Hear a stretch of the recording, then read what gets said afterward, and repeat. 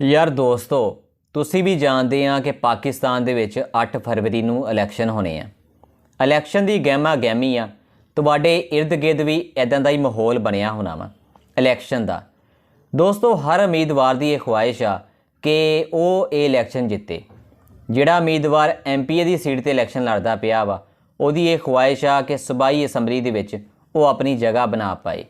ਜਿਹੜਾ ਬੰਦਾ ਐਮਐਨਏ ਦੀ ਇਲੈਕਸ਼ਨ ਲੜਦਾ ਪਿਆ ਵਾ ਉਹਦੀ ਇਹ ਖੁਆਇਸ਼ ਆ ਕਿ ਐਮਪੀਏ ਦੀ ਜਿਹੜੀ ਸੀਟ ਆ ਉਹ ਸੂਬਾਈ ਅਸੈਂਬਲੀ ਦੇ ਵਿੱਚ ਲੈ ਕੇ ਜਾਵੇ। ਤਾਂ ਦੋਸਤੋ ਜਿਹੜਾ ਉਮੀਦਵਾਰ ਐਮਐਨਏ ਦੀ ਸੀਟ ਤੇ ਇਲੈਕਸ਼ਨ ਲੜ ਕੇ ਕੌਮੀ ਅਸੈਂਬਲੀ ਦੇ ਵਿੱਚ ਪਹੁੰਚਦਾ ਵਾ ਤੇ ਉਸੇ ਉਮੀਦਵਾਰਾਂ ਦੇ ਵਿੱਚੋਂ ਕਿਸੇ ਵੀ ਉਮੀਦਵਾਰ ਨੇ ਪਾਕਿस्तान ਦਾ ਵਜ਼ੀਰ ਆਜ਼ਮ बनना ਵਾ।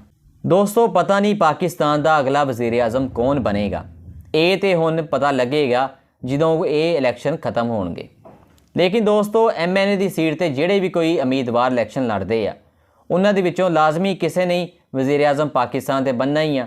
ਹਰ ਉਮੀਦਵਾਰ ਦੀ ਇਹ ਖੁਆਇਸ਼ ਆ ਕਿ ਉਹ ਵਜ਼ੀਰ ਆਜ਼ਮ ਪਾਕਿस्तान ਬਣੇ। ਲੇਕਿਨ ਦੋਸਤੋ ਹਰ ਉਮੀਦਵਾਰ ਇਹੀ ਕੋਸ਼ਿਸ਼ ਰੱਖਦਾ ਵਾ, ਇਹੀ ਉਹਦੀ ਜਦੋਜਹਿਦ ਹੁੰਦੀ ਆ ਕਿ ਉਹ ਵੀ ਇੱਕ ਦਿਨ ਪਾਕਿस्तान ਦਾ ਵਜ਼ੀਰ ਆਜ਼ਮ ਬਣ ਜਾਏ। ਲੇਕਿਨ ਦੋਸਤੋ ਹਰ ਉਮੀਦਵਾਰ ਦੀ ਤੇ ਇਹ ਖੁਆਇਸ਼ ਆ ਕਿ ਉਹ ਵਜ਼ੀਰ ਆਜ਼ਮ ਪਾਕਿस्तान ਬਣੇ। ਲੇਕਿਨ ਦੋਸਤੋ ਪਾਕਿस्तान ਦੀ ਤਾਰੀਖ ਦੇ ਬਾਰੇ ਤੁਹਾਨੂੰ ਮੈਂ ਦੱਸਦਾ ਜਾਵਾਂ ਕਿ ਪਾਕਿस्तान ਦੀ ਤਾਰੀਖ ਦੇ ਵਿੱਚ ਜ਼ਿਆਦਾਤਰ ਜਿਹੜੇ ਉਮੀਦਵਾਰ ਵਜ਼ੀਰ ਆਜ਼ਮ ਬਣੇ ਆ ਨਾ ਉਹ ਜੇਲ੍ਹ ਦੀ ਹਵਾ ਜ਼ਰੂਰ ਉਹਨਾਂ ਨੂੰ ਖਾਣੀ ਪਈ ਆ। ਪਾਕਿस्तान ਦੇ ਵਿੱਚ ਜਿਹੜਾ ਵੀ ਕੋਈ ਵਜ਼ੀਰ ਆਜ਼ਮ ਬਣਿਆ ਉਹਨੂੰ ਇੱਕ ਨਾ ਇੱਕ ਦਿਨ ਜੇਲ੍ਹ ਜ਼ਰੂਰ ਜਾਣਾ ਪਿਆ। ਪਾਕਿस्तान ਦੀ ਪਿਛਲੀ ਜਿਹੜੀ ਤਾਰੀਖ ਆ ਉਹ ਇਹੀ ਕੁਛ ਆਪਾਂ ਨੂੰ ਦੱਸਦੀ ਆ।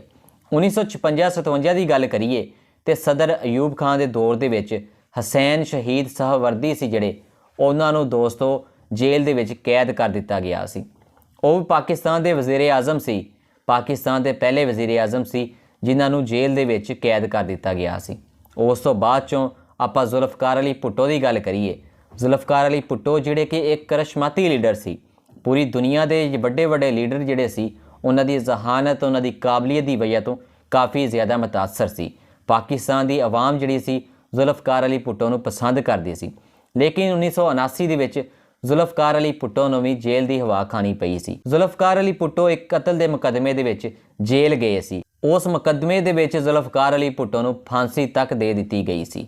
ਉਸ ਤੋਂ ਬਾਅਦ 'ਚ ਦੋਸਤੋ ਆਪਾਂ ਨਵਾਜ਼ ਸ਼ਰੀਫ ਦੀ ਗੱਲ ਕਰੀਏ ਤੇ ਨਵਾਜ਼ ਸ਼ਰੀਫ ਨੂੰ ਵੀ ਜੇਲ੍ਹ ਜਾਣਾ ਪਿਆ ਸੀ। ਯੂਸਫ ਰਜ਼ਾ ਗਿਲਾਨੀ ਦੀ ਗੱਲ ਕਰੀਏ ਜਿਹੜੇ ਕਿ ਪਾਕਿस्तान ਦੇ ਵਜ਼ੀਰ ਆਜ਼ਮ ਰਹਿ ਚੁੱਕੇ ਆ ਸਦਰ ਜ਼ਰਦਾਰੀ ਦੇ ਦੌਰ ਦੇ ਵਿੱਚ। ਯੂਸਫ ਰਜ਼ਾ ਗਿਲਾਨੀ ਨੂੰ ਵੀ ਦੋਸਤੋ ਪਾਕਿस्तान ਦੀਆਂ ਜੇਲ੍ਹਾਂ ਦੇ ਵਿੱਚ ਕੈਦ ਕੱਟਣੀ ਪਈ ਸੀ। ਆਪਾਂ ਸ਼ਾਹਦ ਖਾਕਾਨ ਅਬਾਸੀ ਦੀ ਗੱਲ ਕਰੀਏ ਜਿਹੜੇ ਕਿ ਨਵਾਜ਼ ਸ਼ਰੀਫ ਦੇ ਦੌਰ ਦੇ ਵਿੱਚ ਵਜ਼ੀਰ ਆਜ਼ਮ ਪਾਕਿस्तान ਰਹੇ ਆ ਉਹਨਾਂ ਨੂੰ ਵੀ ਜੇਲ੍ਹ ਦੀ ਹਵਾ ਖਾਣੀ ਪਈ ਹੈ। ਦੋਸਤੋ ਪਤਾ ਨਹੀਂ ਇਹ ਪਾਕਿस्तान ਦੇ ਮੁਕੱਦਰ ਦੇ ਵਿੱਚ ਇੱਦਾਂ ਦਾ ਕੀ ਆ ਕਿ ਪਾਕਿस्तान ਦਾ ਕੋਈ ਵੀ ਵਜ਼ੀਰ ਆਜ਼ਮ ਅੱਜ ਤੱਕ ਨਾ ਤੇ ਆਪਣੀ 5 ਸਾਲ ਦੀ ਹਕੂਮਤ ਪੂਰੀ ਕਰ ਸਕਿਆ ਵਾ। ਪਾਕਿस्तान ਦਾ ਕੋਈ ਵੀ ਵਜ਼ੀਰ ਆਜ਼ਮ 5 ਸਾਲ ਤੱਕ ਲਗਾਤਾਰ ਜਿਹੜਾ ਵਾ ਵਜ਼ੀਰ ਆਜ਼ਮ ਪਾਕਿस्तान ਦੀ ਸੀਟ ਤੇ ਨਹੀਂ ਰਿਹਾ। ਉਹਨੂੰ ਜੇਲ੍ਹ ਦੀ ਹਵਾ ਜ਼ਰੂਰ ਖਾਣੀ ਪਈ ਆ। ਲੇਕਿਨ ਦੋਸਤੋ ਆਪਣਾ ਹਮਸਾਇਆ ਮੁਲਕ ਜਿਹੜਾ ਇੰਡੀਆ ਵਾ ਉੱਥੇ ਇੱਦਾਂ ਦਾ ਹਾਲ ਨਹੀਂ ਆ। ਇੰਡੀਆ ਦੇ ਵਿੱਚ ਪਿਛਲੇ 10 ਸਾਲਾਂ ਤੋਂ ਨਰਿੰਦਰ ਮੋਦੀ ਜਿਹੜਾ ਵਾ ਇੰਡੀਆ ਦਾ ਵਜ਼ੀਰ ਆਜ਼ਮ ਬਣਿਆ ਰਿਹਾ। ਹੁਣ 2024 ਦੇ ਵਿੱਚ ਇਲੈਕਸ਼ਨ ਹੋਣੇ ਆ। ਹੁਣ ਦੇਖਦੇ ਹਾਂ ਕਿ ਇੰਡੀਆ ਦੇ ਵਿੱਚ ਨਰਿੰਦਰ ਮੋਦੀ ਤੀਸਰੀ ਦਫਾ ਵਜ਼ੀਰ ਆਜ਼ਮ ਬਣਦਾ ਵਾ ਜਾਂ ਨਹੀਂ।